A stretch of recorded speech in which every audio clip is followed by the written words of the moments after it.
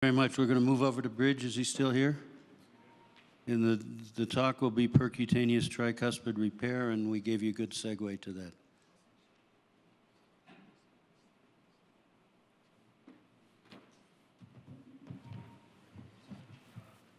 If you'd asked me a few years ago if we'd be talking about tricuspid valves, I would have said you're blowing smoke. So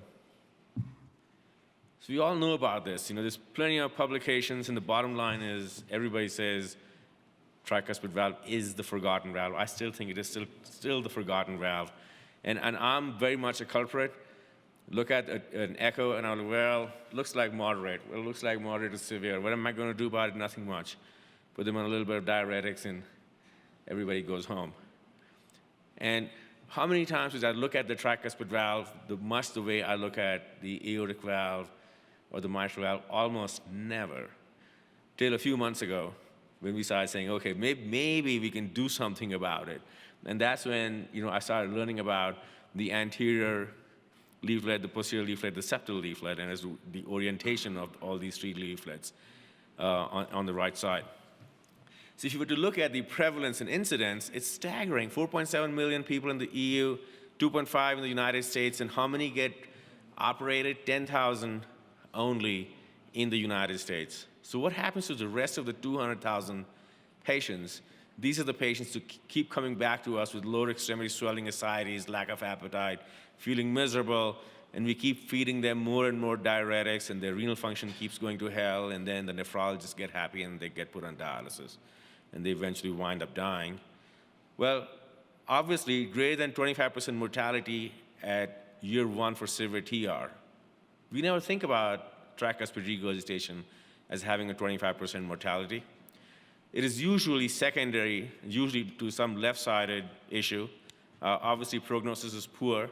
Long-term mortality is poor. And pharmaceuticals, i.e. diuretics, are suboptimal.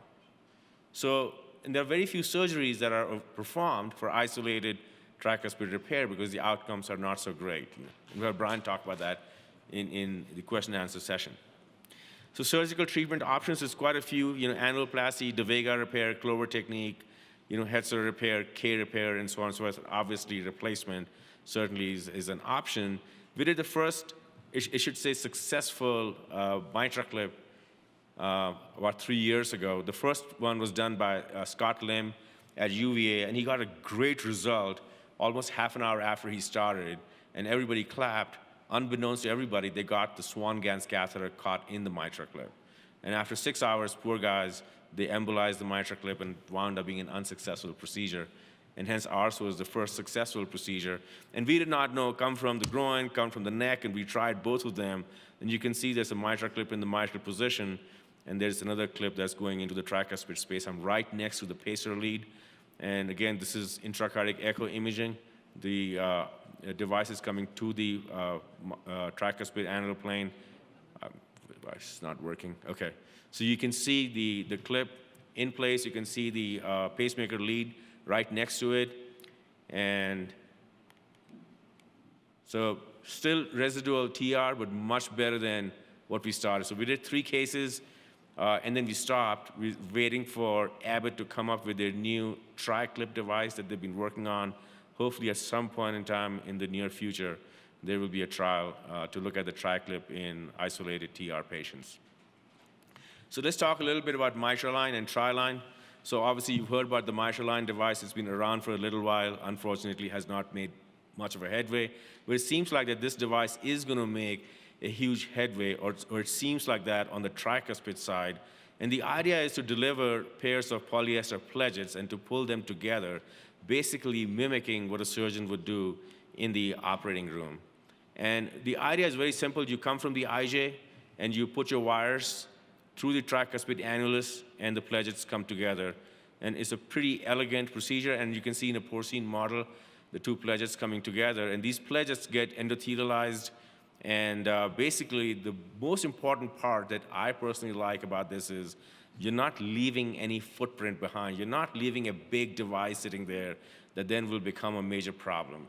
The worst thing that will happen is the pledges won't take. You still have other options that are left behind for this patient population. And this is what would happen Again, you get your two pledges together, you got wires down the RCA, and that actually is a very good roadmap because that tells you where's anterior, posterior, where's the septum, and you get the two pledgets together. And if you were to look at their echo images, you can see where there's no coaptation, and you see coaptation. Oops, how do I go back? This, you see there's no coaptation and obviously a lot better TR reduction. Okay, so in any event. So this is the study that Becky Hahn is the national PI for, is the SCOUT-1 study that she presented the early feasibility data at TCT last year. So 15 patients, 100% success, which to be truly honest, for an early feasibility study where we had no clue as to what we were talking about is not bad at all. 30-day follow-up, freedom from death. Nobody died, which is great. Technical success, 80%. Major adverse events, pretty much none. Again, as I said, you're not leaving any footprint behind. And if you look at the echocardiographic guidance, and especially coming from Becky, who you all know is the guru of echocardiography, pretty fascinating results. Tricuspid valve, annular diameter reduction, annular area reduction, PISA reduction, quantitative ERO reduction, and TR regurgitant volume reduction. And you can see all these p-values are in fantastic range in this patient population. You look at clinical outcomes, 6-minute walk test, NYSE classification. No matter how you look at it, these patients are feeling better. And the idea is not to get rid of the TR completely. Even if you decrease the TR by a little amount, these patients start feeling a lot better. The idea is not to get them off all their diuretics, all their heart failure medications.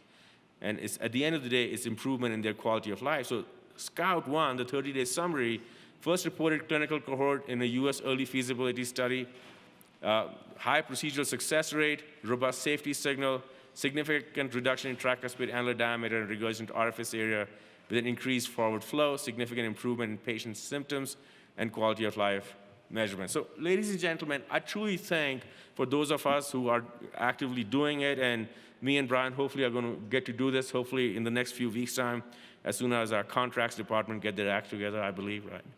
So we're looking forward to this. I think something like this may not, if 10 years down the line, it may not be trial line, it may be a version of that. But the idea is that there is something that works for this patient population that we've had no clue as to how to take care of this patient population. Moving forward, I want you to have a glimpse of what's coming down the pike for tricuspid repair. Cardioband, recently acquired by Edwards. Surgical annuloplasty is standard. With this device, you can not only do mitral annuloplasties, you can do tricuspid annuloplasties as well. Again, this looks like a very, very daunting fluoroscopic image, but I guess somebody's done it, and they've done 6 cases, and the results seem fairly fair, to say the least. So again, this technology is going to be here. Samir just showed you a fantastic example of tricuspid valve and valve and ring cases. Again, this is something which can be done easily, and obviously you still need expert hands like Samir to take care of this, but again, very much a possibility in this patient population, and works extremely well, I should say. So this was a publication last year, 156 patients with bioprosthetic tricuspid valve dysfunction. Again, the idea is that these technologies are here. I must remind you that these are off-label. So if you want to do these at your institution, you may have to jump through some hoops to get them approved at your institute. So again, I really like this concept, cable valve implantation CAVI. People have been doing that, putting a sapien valve in the IVC. The problem is you only resolve the IVC congestion. The bi-CAVI process is actually fantastic. You resolve 100% of the cable backflow. The problem is it's too expensive. You have an SVC valve and an IVC valve. It is certainly technically challenging. And if you look at how it's done, it does not seem that difficult just looking at this fluoroscopic image. You got 2 valves. So again, there's so many different options that are becoming available for this patient population. It's almost mind-boggling that when we talk about this patient population, obviously significant improvement in hemodynamics after deployment of this valve. I'm showing you this because I truly think this is science fiction in my mind at this point in time. Now, we never want to get out of the left atrial appendage. In this case, you actually get out of the right atrial appendage, put a lasso around the ventricle right and left ventricle. It's like putting a noose around the AV groove, and you cinch it such that you decrease the annular diameter of the tricuspid valve. Pretty interesting. And if you look at the MR, there's a significant reduction in the annular dimension in that patient population. So at necropsy at 40 days, this is what the device looks like. And obviously, there's an amplacid device which was implanted at the tip of the right atrial appendage, through which you came out to put this noose around the AV groove, if you will. So in conclusion, multiple transcatheter repair options for the treatment of functional TR are becoming available, some of them being more science fiction-y, some of them seem a little more realistic, if you will. Tricuspid valve was truly a forgotten valve. We did not even pay attention to such a high mortality in this patient population. And it is certainly a huge unmet need. And for me personally, the SCOUT-1 data are extremely encouraging. Thank you. Well, last slide. Does not matter how beautiful your theory is, does not matter how smart you are, if it does not agree with the experiment, it's wrong. So maybe that news may be right or wrong, I have no clue. Thank you. Thank you. Are there any questions about this? I have one question. Sure. Why does the mitral line device work so well in the tricuspid but not in the mitral? Because it's how stiff or thick the mitral annulus is versus this is much softer, you can actually pull it. Versus on the mitral side, mitral line, it's very difficult to pull first, and then it's very difficult to go through the mitral annular plane with that radio frequency energy that you go from the left ventricular side into the left atrium. So it's easy to puncture, first of all, and then easy to cinch. Thank you. So I would echo what Bridge said. If you go back and look at PubMed, before 2008, there were about a couple hundred, maybe, papers on tricuspid valve repair. Now there's over thousands of them, and McCarthy's really the guy who kind of led the way on all of this. And in our cardiac surgery training, we've always said that the tricuspid valve is the mitral valve for beginners. So I'm not sure, we've all had a lot of zealous towards the mitral valve, but we may have approached the wrong valve first. And I think this mitral line going to the tri-line, and all they're doing is they're doing a surgical technique that we've done for years in surgery, and that's taking the tricuspid valve and turning it into a bicuspid valve.